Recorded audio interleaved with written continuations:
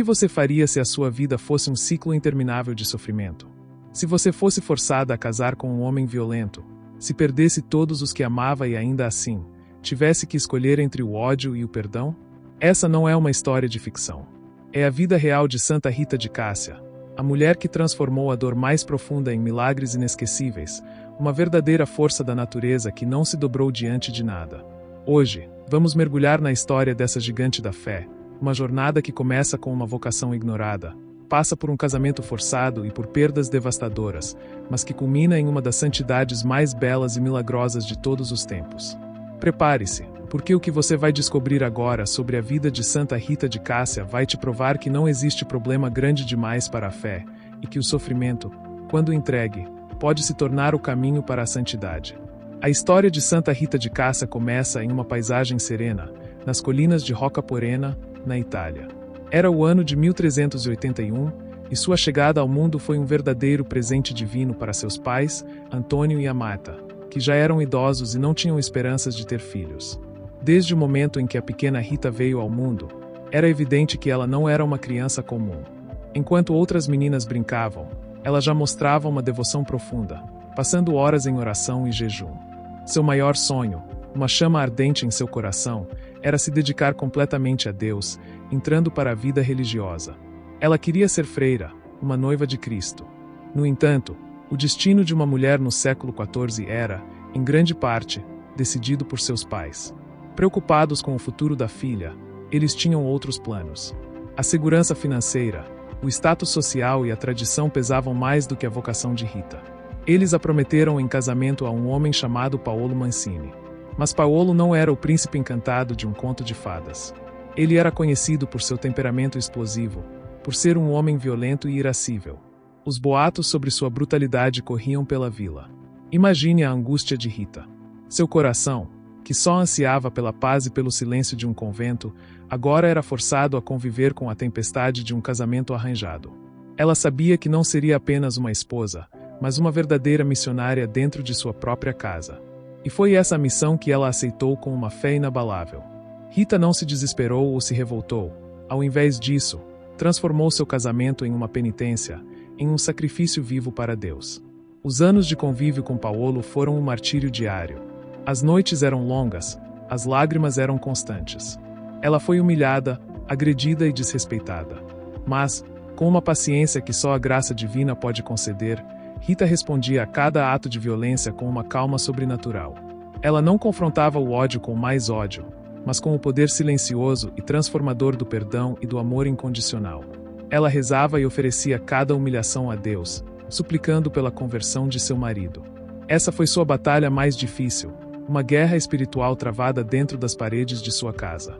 O que parecia impossível, finalmente, aconteceu. Depois de anos de orações e paciência, o coração de pedra de Paolo Mancini começou a ceder. A bondade incansável de Rita o tocou de uma forma que a violência nunca conseguiu. Ele se arrependeu de seus pecados, mudou seu comportamento e o lar que antes era um campo de batalha, finalmente, encontrou a paz. Paolo se converteu e se tornou um homem melhor.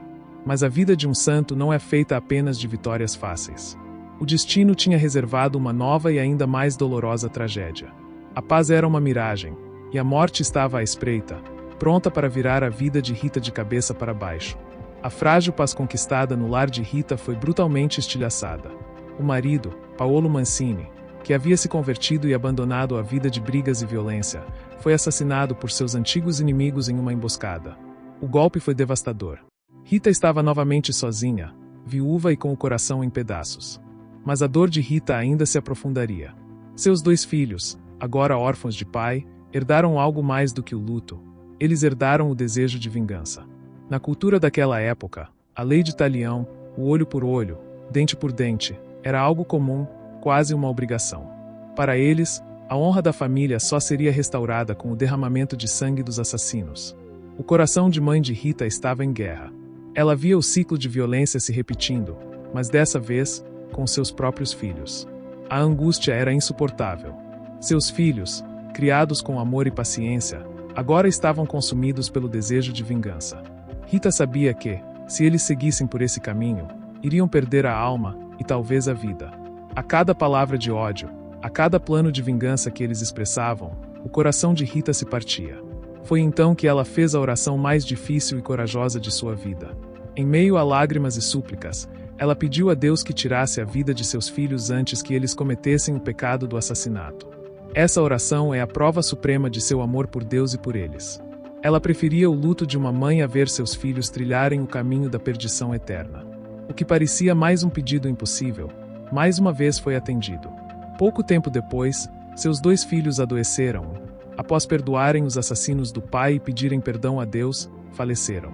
Rita se viu completamente sozinha, sem marido, sem filhos, sem a família que havia construído. O que para muitos seria o fim da linha, para Rita foi um novo começo. Ela estava livre das amarras do mundo, pronta para cumprir a vocação que Deus havia plantado em seu coração desde criança. Seu único desejo agora era se fechar no convento e se entregar totalmente a Deus. Mas o caminho para a vida religiosa era mais complicado do que ela imaginava. As portas do convento estavam fechadas, e a vida de uma viúva era considerada um obstáculo. Com o coração em paz, mas a alma vazia de luto, Rita buscou o convento das Irmãs Agustinianas em Cássia para realizar seu sonho de infância, dedicar sua vida inteira a Deus. Ela se aproximou do imponente portão, sentindo uma mistura de esperança e ansiedade. No entanto, o caminho para a vida religiosa não estava aberto para ela.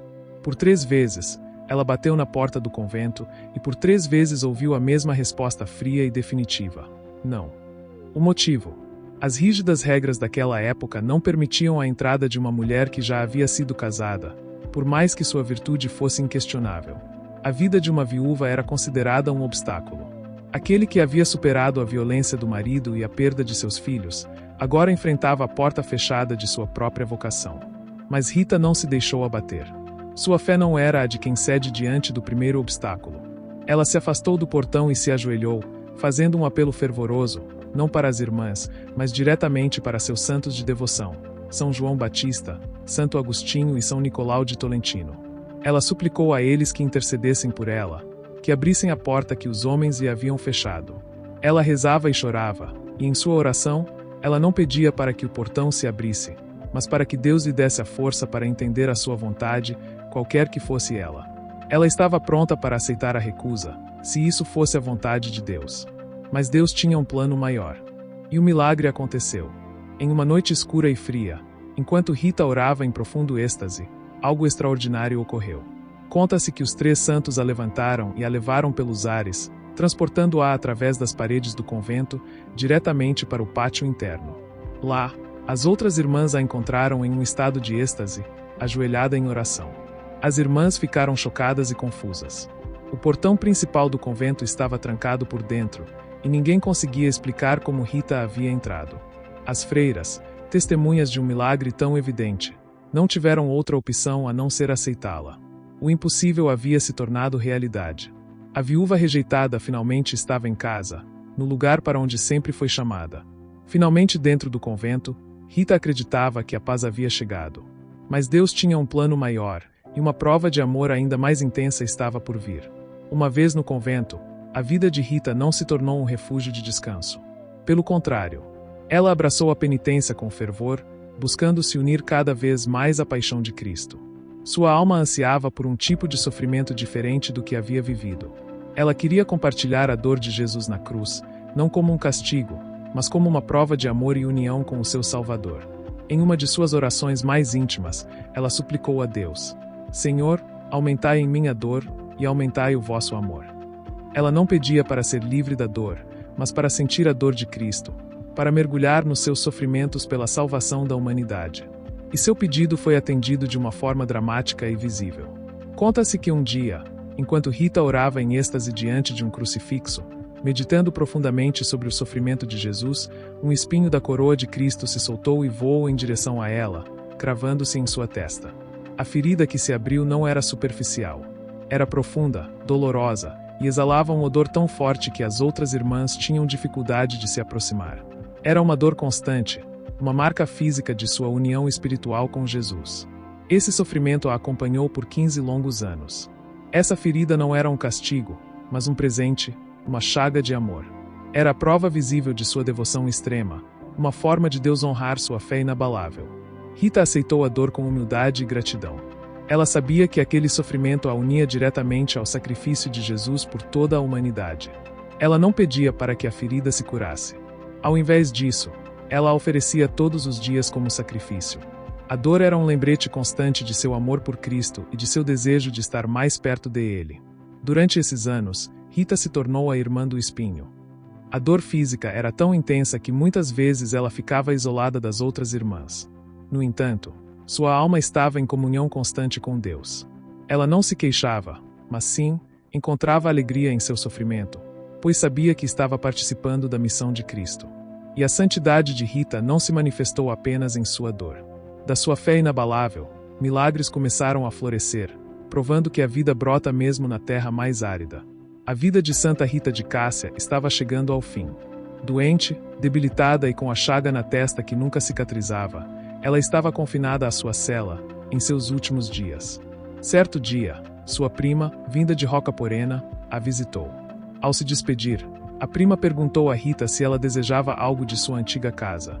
Com um sorriso sereno, Santa Rita fez um pedido que parecia absurdo. Traga-me uma rosa e 2 figos do meu jardim. A prima ficou surpresa, quase descrente. O pedido era, de fato, impossível. Era o meio do inverno rigoroso da Itália, e o jardim da família de Rita estava completamente coberto de neve e gelo. Não havia a menor chance de encontrar uma flor ou um fruto maduro. Mesmo assim, movida por amor e curiosidade, a prima decidiu ir até a casa. Chegando lá, ela se deparou com a cena esperada, uma paisagem gelada e inóspita, coberta por uma camada espessa de neve. No entanto, sua incredulidade se transformou em espanto quando, no meio da paisagem gélida, ela avistou um arbusto de rosas. E não era apenas um arbusto, uma única rosa vermelha, vibrante e perfeita, havia brotado em meio à neve, exalando um perfume que não era deste mundo. Mas a surpresa não parou por aí. Enquanto olhava para a rosa, ela se lembrou dos figos. Ela caminhou até a figueira, que deveria estar completamente seca e sem vida, e lá, para sua total surpresa, ela encontrou 2 figos maduros, doces e frescos, como se fosse um dia de verão. A prima apanhou a rosa e os figos e correu de volta para o convento, com o coração pulando no peito. Ao ver os frutos e a flor, Santa Rita sorriu, sabendo que aquele milagre era uma confirmação de sua fé. A rosa se tornou um símbolo de seu amor e de sua pureza, que floresceram mesmo em meio às dificuldades.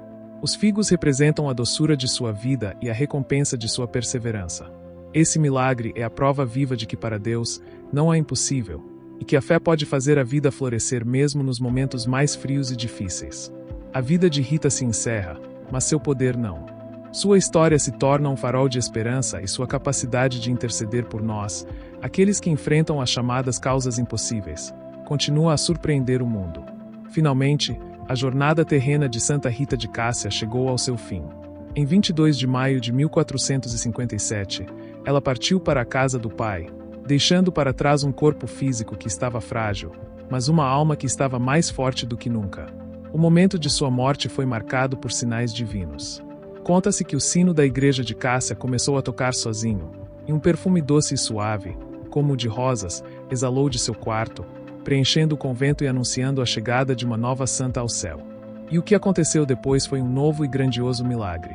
Seu corpo, ao invés de se decompor, permaneceu incorrupto. Ao longo dos séculos, seu corpo se mantém preservado, um testemunho vivo de sua santidade e da graça de Deus. Até hoje, o corpo de Santa Rita de Cássia repousa em um relicário de vidro, em Cássia, na Itália, com a pele de seu rosto e mãos intacta, um convite para o mundo testemunhar o poder da fé. Os milagres não pararam com sua morte. Sua história de vida, marcada por perdas, dores e superação, fez com que os devotos que a ela recorreram começassem a receber graças e a ver suas súplicas atendidas, principalmente nas situações que pareciam sem solução. Por causa de sua vida de sofrimento, paciência e fé inabalável, Santa Rita se tornou a advogada das causas impossíveis, a santa a quem recorremos quando tudo parece perdido. Sua história é um farol de esperança, uma prova de que a maior vitória não é evitar o sofrimento, mas transformá-lo em amor, perdão e santidade.